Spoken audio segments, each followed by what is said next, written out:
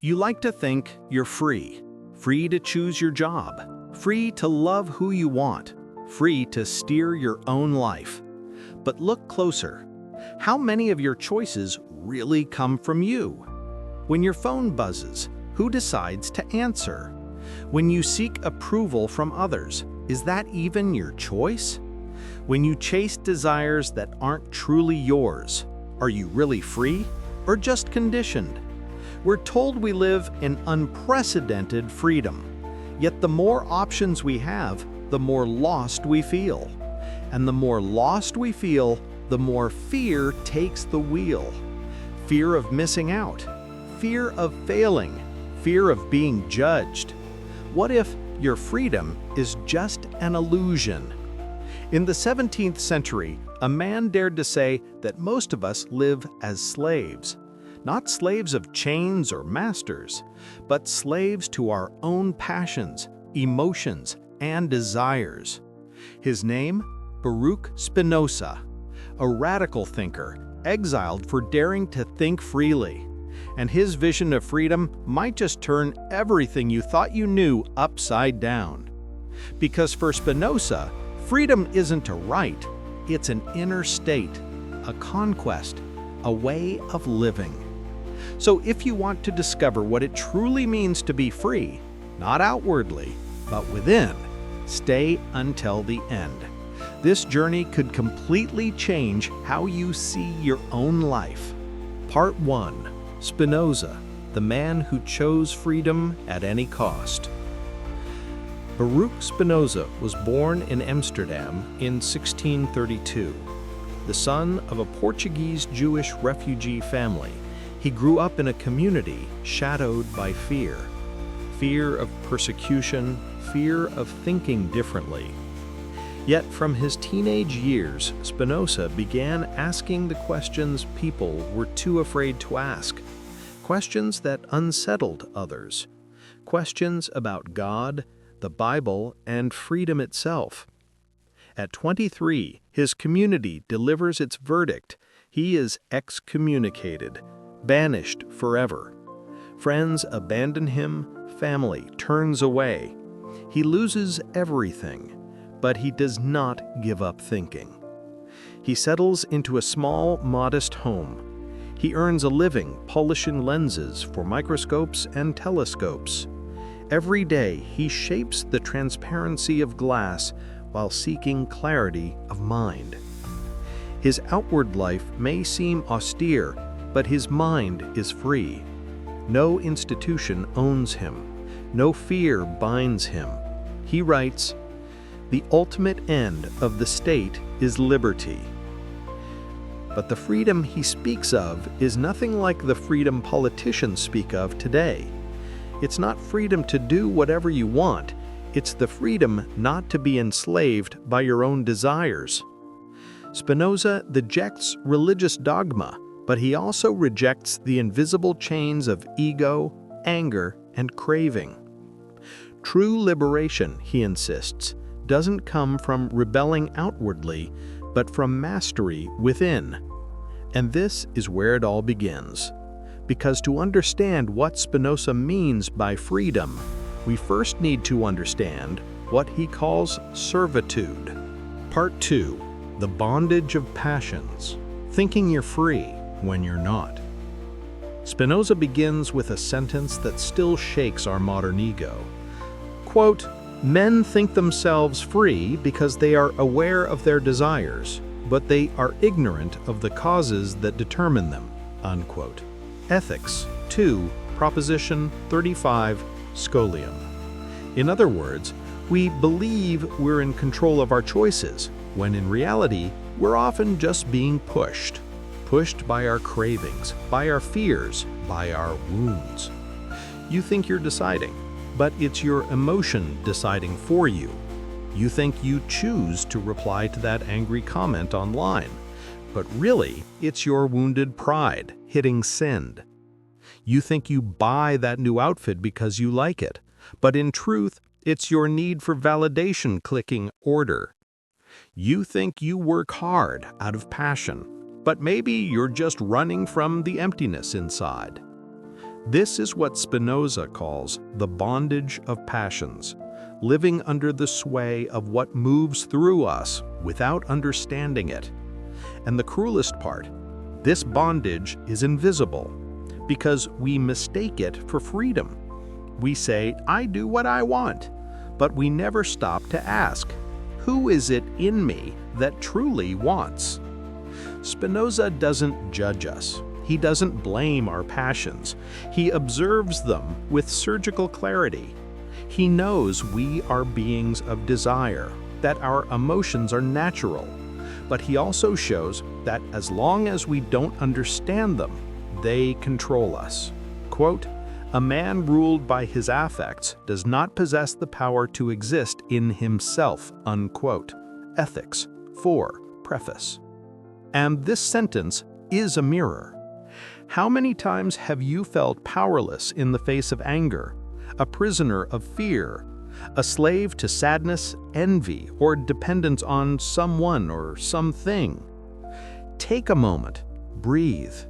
Ask yourself, what in me is acting without my real choice? For Spinoza, recognizing this bondage is not self-condemnation. It's the first step toward true freedom. Because as long as you ignore the causes of your feelings, you remain chained. But once you start to understand them, you take back the helm. It's clarity that frees you, not rebellion. And if you want to keep learning how to break free from your automatic patterns, give this video a like and subscribe to the channel. Here, we explore philosophy not to impress, but to live more freely, more consciously, more deeply. So yes, we may not be free from our emotions, but we can become free within them. And that is exactly what Spinoza will teach us next. Part 3. The Illusion of Free Will. Understanding to become free.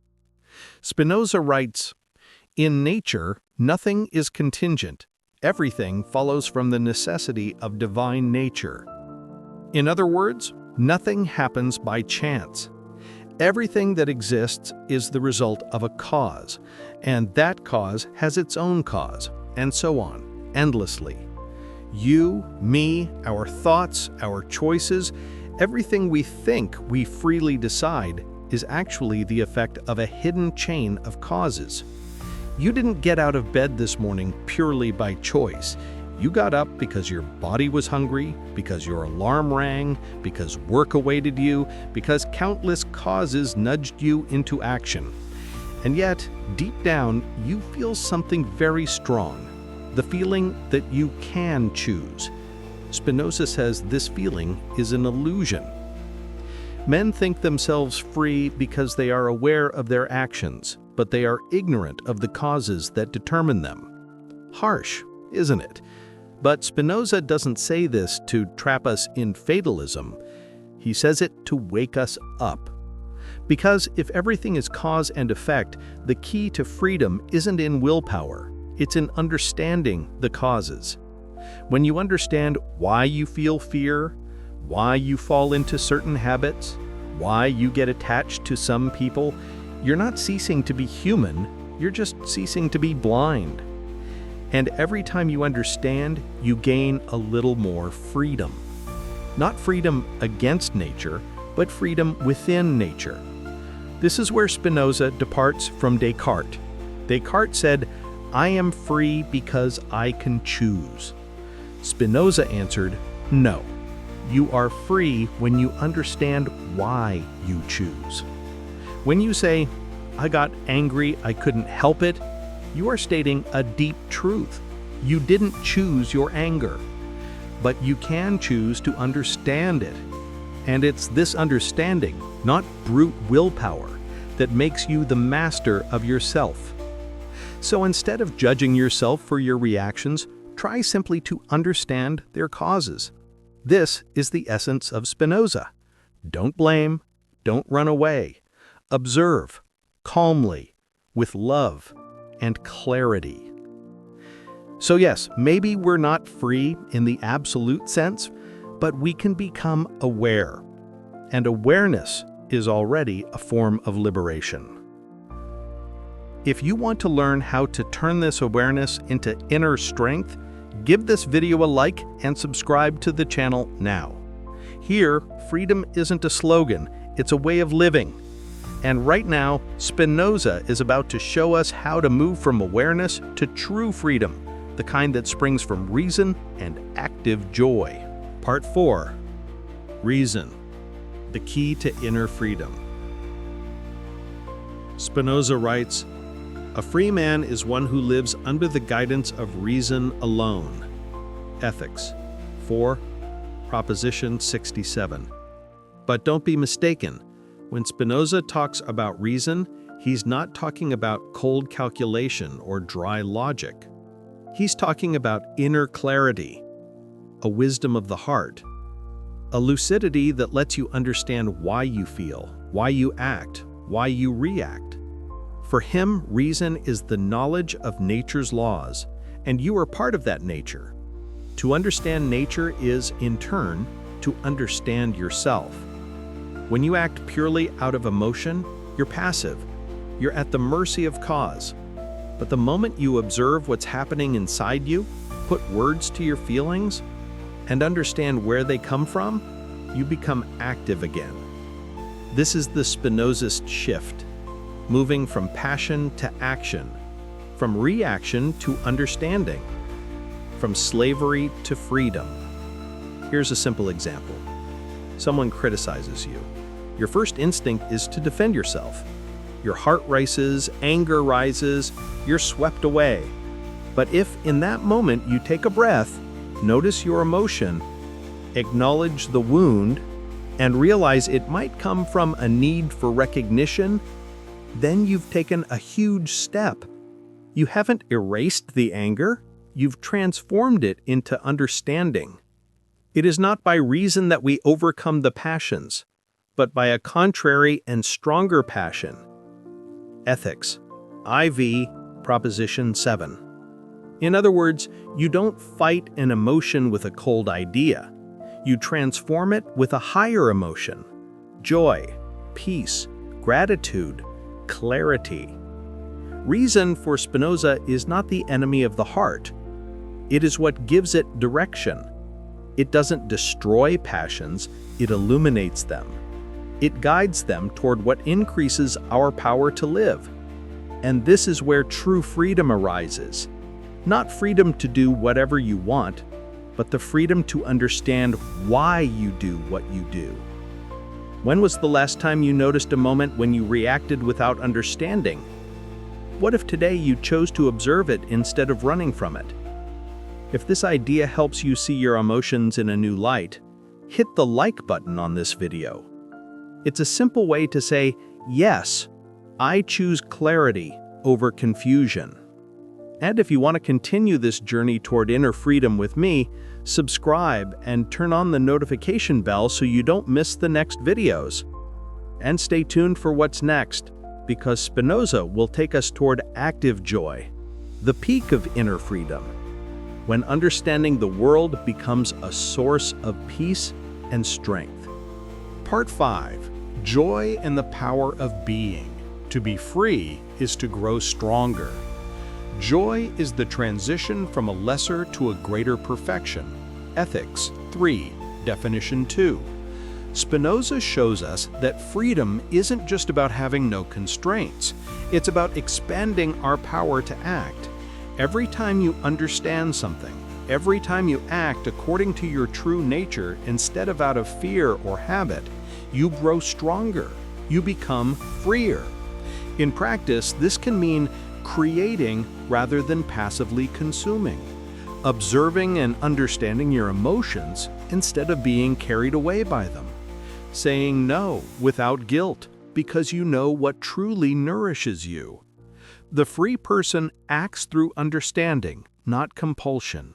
As Spinoza writes, "The wise man, as a wise man, suffers little from the troubles of the soul, but he is aware of himself, of God, and of things through a certain eternal necessity."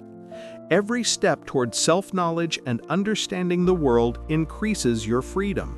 It's a flow of power, joy, and inner strength.